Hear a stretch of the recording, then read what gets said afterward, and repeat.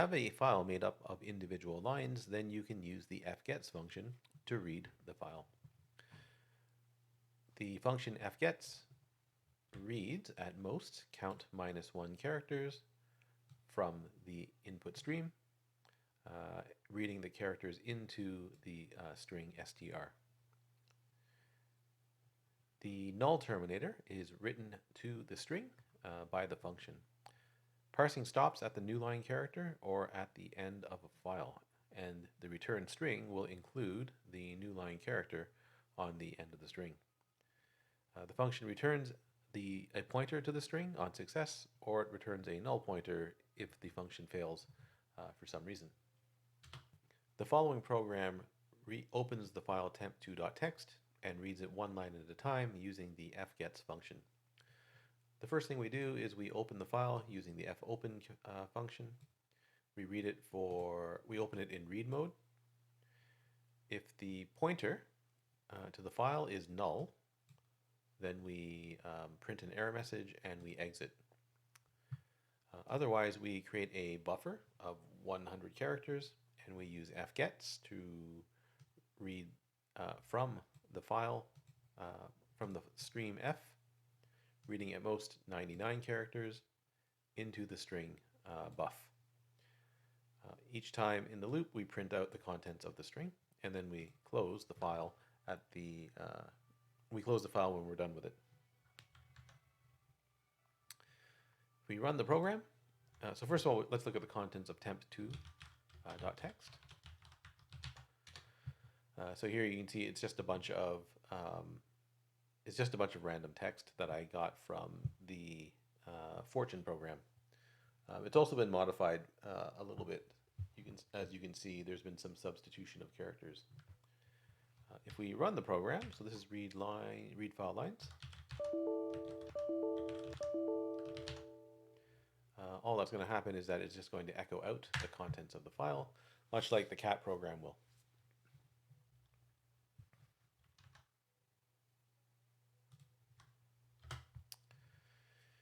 If you need to read input from standard input, then one of the functions that you might consider using is the gets function. So the gets function is often mentioned to new C programmers as a function for reading standard input. So it's one of these functions that students get told about when they have to write a small little program that needs to read something, some input from the keyboard. Gets will read standard input, and it will read into the character array pointed at by str. It continues reading standard input until a new line character is found and a file occurs. So this is a pretty useful function for new programmers who want a simple way to get keyboard input. But you should notice that there's no parameter that controls how many characters gets should read. And that means that it's possible that gets will read more characters than there is room in the array pointed at by str.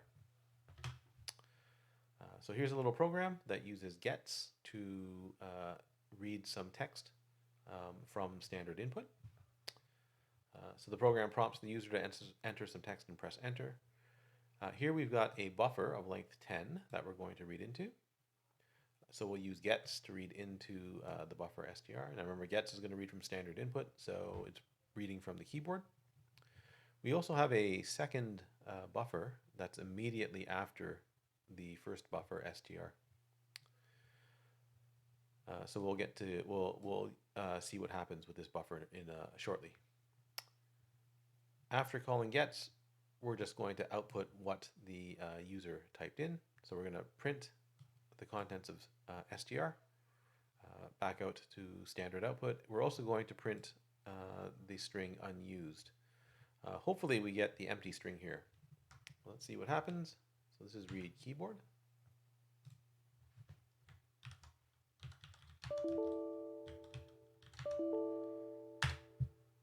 So let's enter in now remember, we only have 10 characters in our buffer. So at most we can safely read in a string of length 9.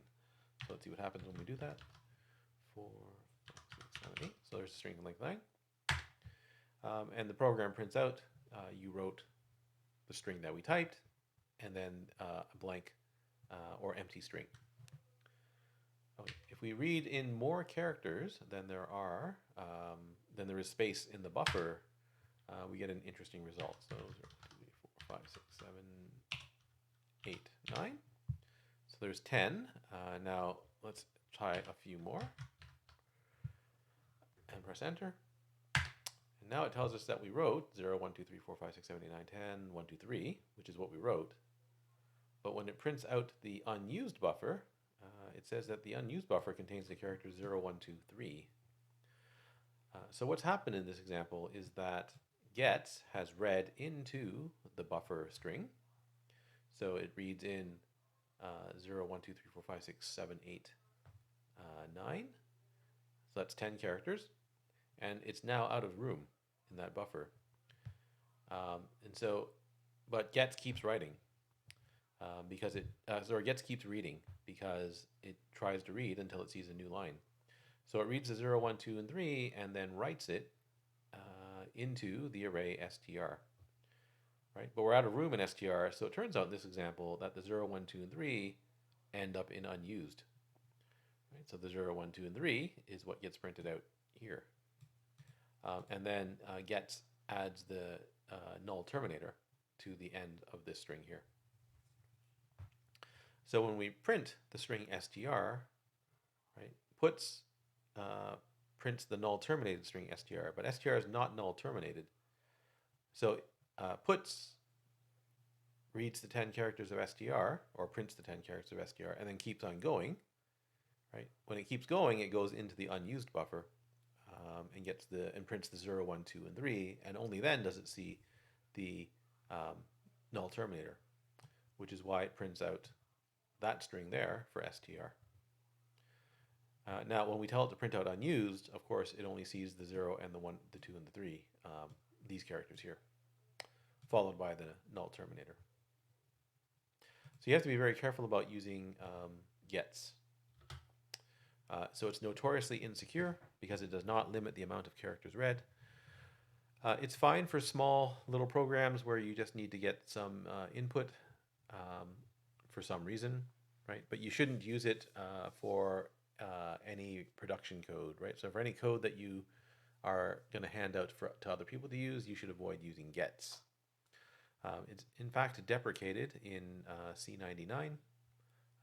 And it's actually removed from the language in C11. So if you look at the documentation for gets, you can see that the function was actually removed in the 2011 version of the C standard. There's even a warning here somewhere. Notes, here we go. The get function does not perform bounds checking, therefore this function is extremely vulnerable to buffer overflow attacks. Right? So the example I just showed you is an example of a buffer overflow attack, right? Where we overflowed the first buffer str, and the rest of the data ended up being written into a variable that was located after our buffer. It cannot be used safely unless the program runs in an environment which restricts what can appear on standard in, which would be unusual for a desktop computer. And for this reason, the function has been deprecated. Right? So it actually suggests using fgets or the function gets _s. Right? And so we've looked at fgets. You can look at the documentation for gets _s if you're interested.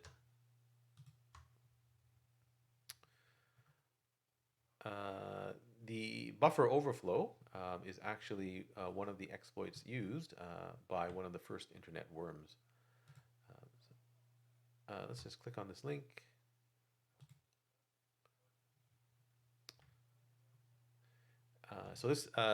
The link takes you to the Morris worm webpage, which was an internet worm that I guess occurred or was launched in November of 1988.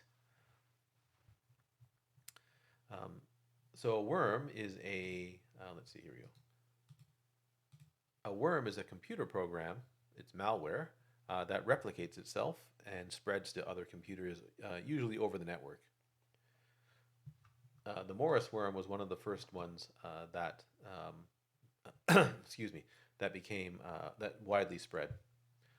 It was actually written by a graduate student at Cornell, um, and he launched it by going to the Massachusetts Institute of Technology, so MIT, and launched it from a computer there. And it's actually fairly interesting, this webpage, if you read about how the worm actually works. You can see here is where the buffer flow error was exploited in order for this worm to replicate and spread over a network.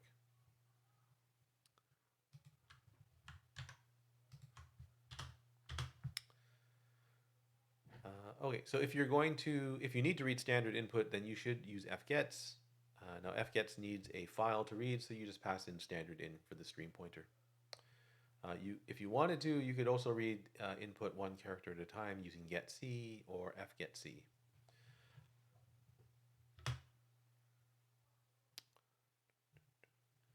So in this example here, we're going to use fgets. Now remember, fgets takes in a parameter that controls how many characters are read. Right? So fgets will read at most 9 characters each time from, in this case, standard in. Now, when fgets reads standard in, it consumes the first 9 characters. Whoops, sorry. It consumes the first 9 characters, but it leaves all the other characters. Well, it consumes up to the first 9 characters, but leaves everything else that's been typed in still on the stream. If there's a new line character somewhere inside the first 9 characters, then it only reads up to the new line. So this now we only have a buffer of size 10. So if we want to read in all of the input that user types in, you have to read it in a loop. So here we're going to look at the return value from fgets. Right? So while the return value is not null, we're going to print the string. And then we're going to try to figure out did the user press enter? Is the new line character in the string returned by fgets? Right? So in other words, we know that if the new line character is in that string, it's the last character in that string. So I can look at the last character in that string by getting the length of the string and subtracting 1. So that's the index of the last character. And checking to see if that's the new line character. If it is, then I know that we've read everything that's been entered by the user. So we can set the result pointer to null, and that will stop the loop. Right? Now, if we've read 9 characters, but we haven't seen the rest of the line yet, then the else part of the if statement happens. Right? In other words, so we use fgets to read in the next 9 characters. So this is read keyboard 2. Right, so if we type in 9 characters, 1, 2, 3, 4, 5, 6, 7, 8, then everything works the way we expect it to. Right? There's a room in the buffer str, so we can read it all in without having to loop.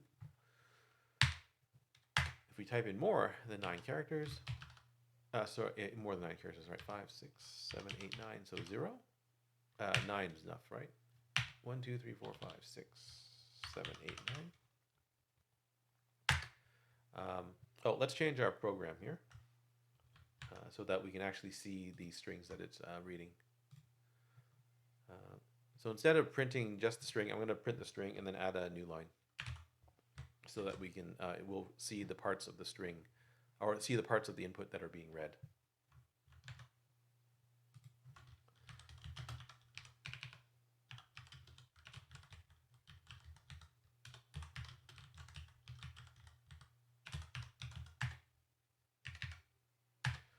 Okay, so try to read in 10 characters now. 5, 6, 7, 8, 9. Right. So now you can see that it reads in the 9 characters here, right? And then it reads in the 10th character the second time through the loop. And then it reads in the 9th character in the loop. Right. And if you type in a even longer string, so just some random text, right? You can see that it consumes 1, 2, 3, 4, 5, 6, 7. So it reads in 9 characters at a time until it consumes all the characters up to the new line character.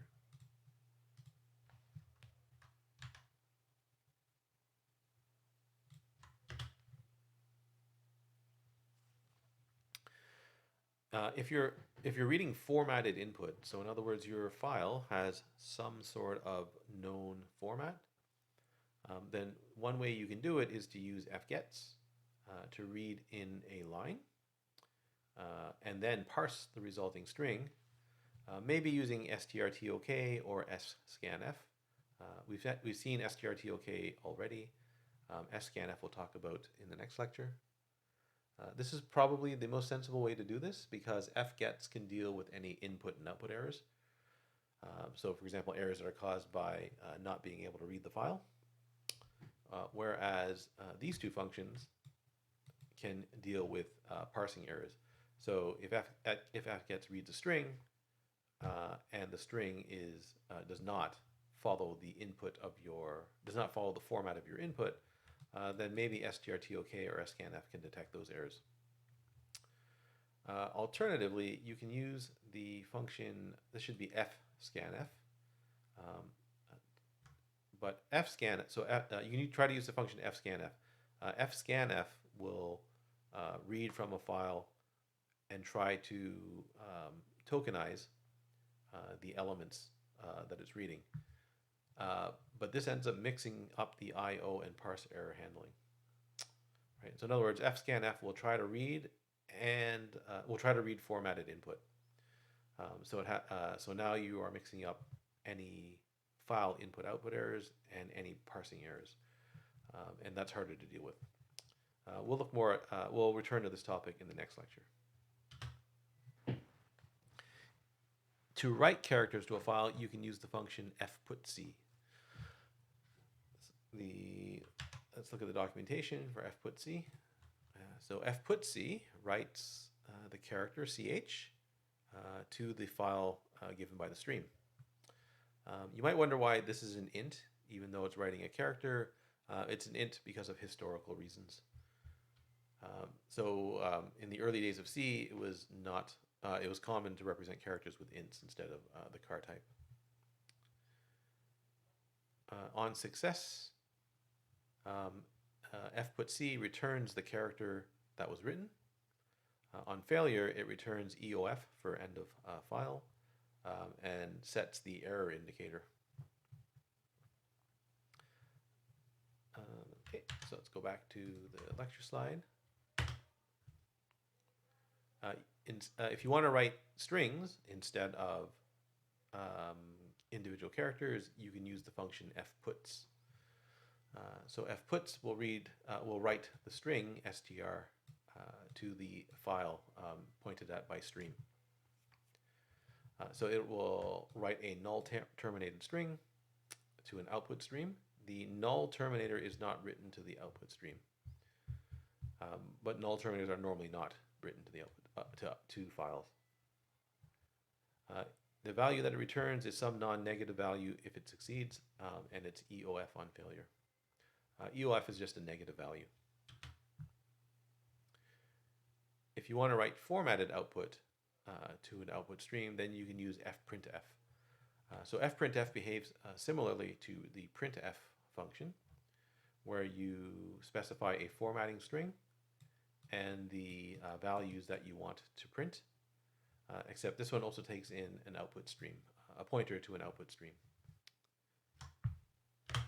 Here's an example program that uses fprintf. So we're going to print out so the strings here tell you the type of value that we're printing, right? So char, int, unsigned int, long double, and string. The conversion character here corresponds to the type here. So %c is char, %d is int, %u is unsigned int, %ld is long, ld is a long int, %f will print a double or a floating point number, %s will print a string. Right. The quantity here is the quantity here, or the value here, is the value that's going to be printed to the file. So we're going to write an A followed by a new line character, then a -100 followed by a new line character, and so on and so on and so on. You can use multiple conversion specifiers in the formatting string.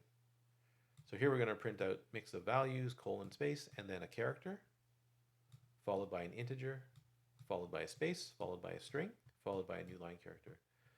So the character is going to be the character C, the integer is going to be the integer 99, and the string is just going to be the string we with an exclamation mark. So our program is right formatted. And if we run that,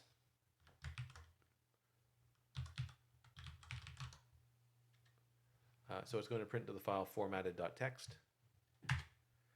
If we look at the file formatted.txt, we should see the output that we told fprintf to generate.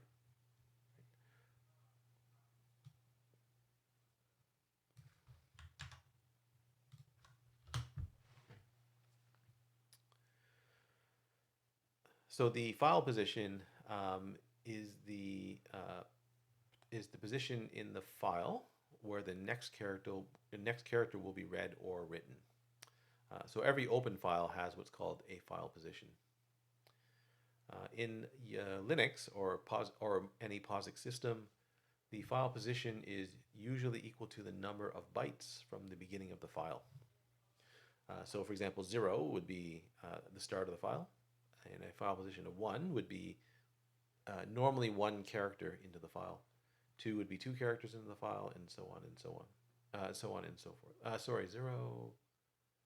1 would be the second character in the file, 2 would be the third character in the file, and so on and so forth. The file position is normally set to the beginning of the file when it's opened. So when you open a file for reading or writing, the file position is normally set to 0. Each time a character is read or written, the file position is incremented by 1. Ordinary files allow read or write operations at any position. So this is called random access files. The position behaves a little bit funny for streams that are opened for append access.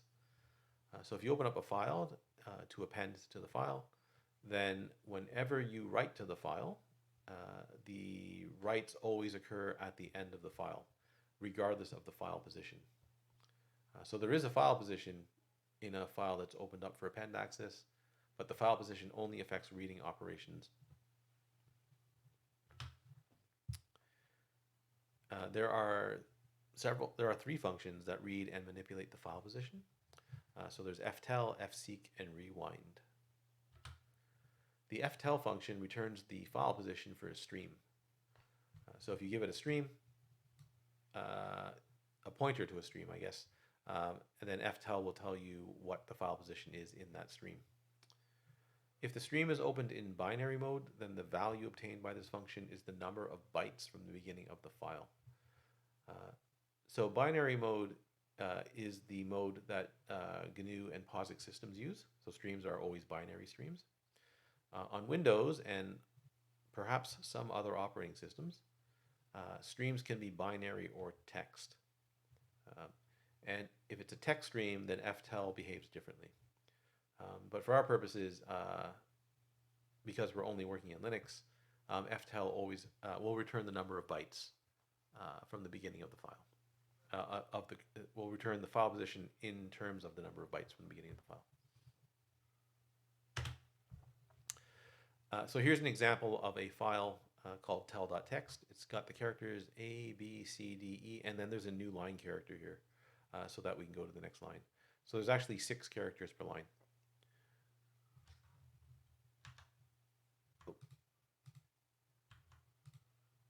And here's a program that opens up the file and then gets the position in the file using ftell. So this should be 0 when we call it the first time. And then we have a while loop that reads the file 1 character at a time. Right? So we use fgetC to read in a single character. We compare that character to EOF. Right? So if C is not equal to EOF, then we've managed to write in a character. We managed to read in a character. So we print out the position of the character. We print out the character itself followed by its position. And then we update the position using ftell again.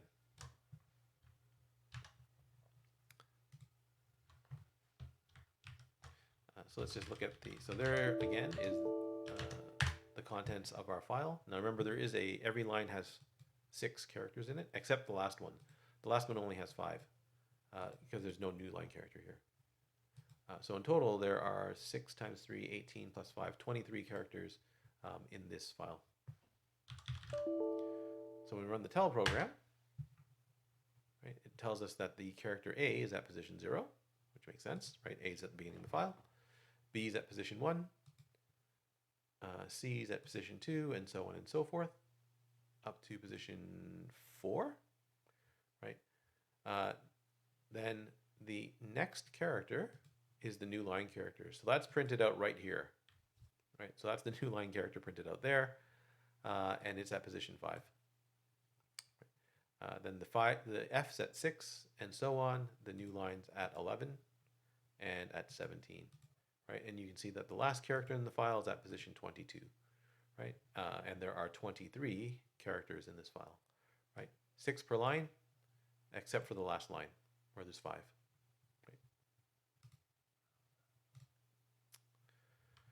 Rewind moves the file position to the start of the file. So all you do is you pass in the stream that you want to rewind, and rewind will move the file position to the beginning of the file. So this is often useful if you want to read a file for some reason, and then go back to the beginning of the file to reread the file again. Now, one of the reasons you might want to do this is if you have a file and you need to know how many lines are in the file before you start to read the file. So there's no, this is one way to get the number of lines. So you read each line of the file using fgets. Each time you read a line, you increment a counter to record the number of lines that are in the file.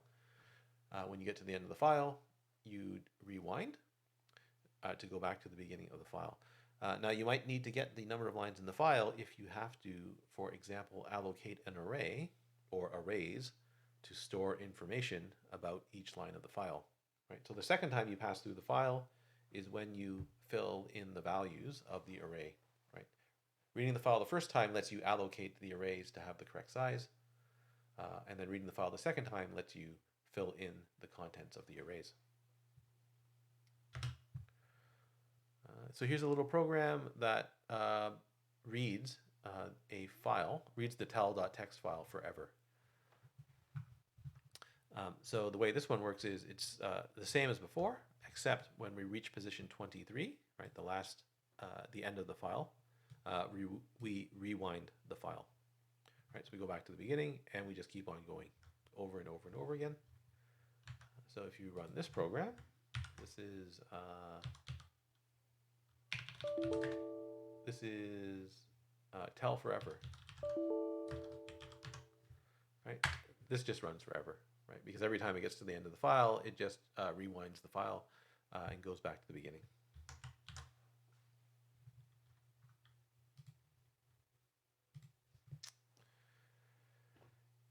fseek is the function that you use to control or to set the file position for a stream. So the stream that you're setting the position in is given by the pointer, is given by the variable stream. There's this parameter called offset, and there's a parameter called origin. Okay, so the new position in the file depends on the value of origin and offset. So if the origin is seek set, then the position in the file is given by that value there, measured from the beginning of the file. Right, so if you use seek set and 0, that will go to the beginning of the file. Seek set and 1 will go to the second character in the file, and so on and so forth. If this value is seek cur, then the offset is the position relative to the current position. So if that's seek cur and that's 0, then the file position doesn't change. If that's seek cur and that's 1, then we go to the next character. If that's seek cur and that's -1, then we back up 1 character in the file. All right, so in this program here, we're going to, again, read the file tell.txt. We are going to repeatedly, right, so forever, while forever, we're going to ask the user for a position to seek to in the file tell.txt. Right, so we'll use fgets to read standard in, right, and we're only going to read in at most 3 characters because our buffer has size 4.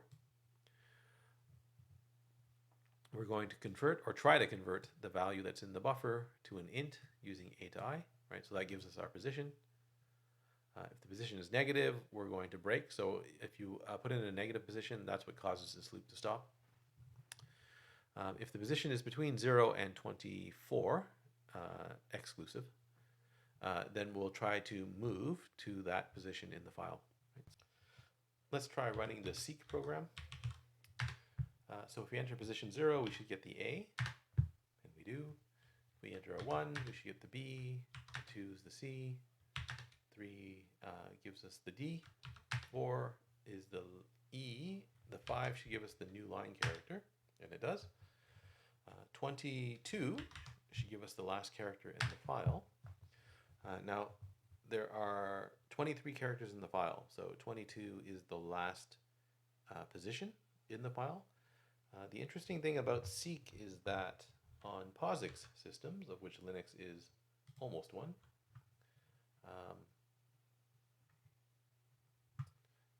you can seek beyond the end of a file. So if we try doing that, so for example, let's try 23, we end up getting nothing, which is the correct result on a POSIX system. So you can actually try to move past the end of the file. And of course, when you ask when you ask fgetc for the character that's past the end of the file, you don't get anything, which is interesting. I don't know the exact value of the character that you get there.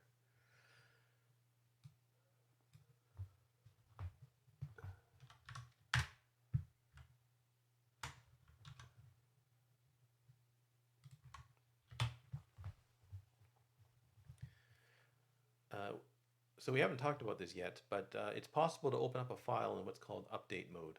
So that's when you open up the file to read, write, or append with a plus in the mode. Here's a program that reads from a file, seeks in a file, and writes to the file, all within a single loop. The purpose of the program is to replace all occurrences of a target character with a replacement character in this file that's specified here. So we open up that file. So that file is given by argv1, right? Now remember, argv0, that's the name of the program. So let's replace car. The first command line argument is the name of the file. The second command line argument is the target character, but that comes in as a string. So that's located at argv2, and it's the first character of the string, which is why we have argv2 0 here. The replacement character is in argv3, but that's a string again, so we want the first character of that string, so that's argv3 0. We're going to read the file one character at a time. Every time we encounter a character that's equal to the target character, we're going to replace that target character. Now, to replace the target character, we back up 1 position. Right? So we use fseek with an offset of -1 from the current position. Right? So the current position, we've now read the target character. Right? So we have advanced to the position 1 past the target character. So we now back up 1 position so that we're at the target character, and we write the replacement character over top of the target character.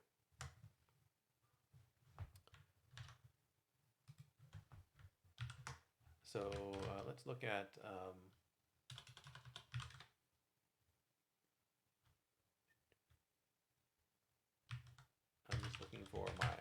file. So, okay, so cat,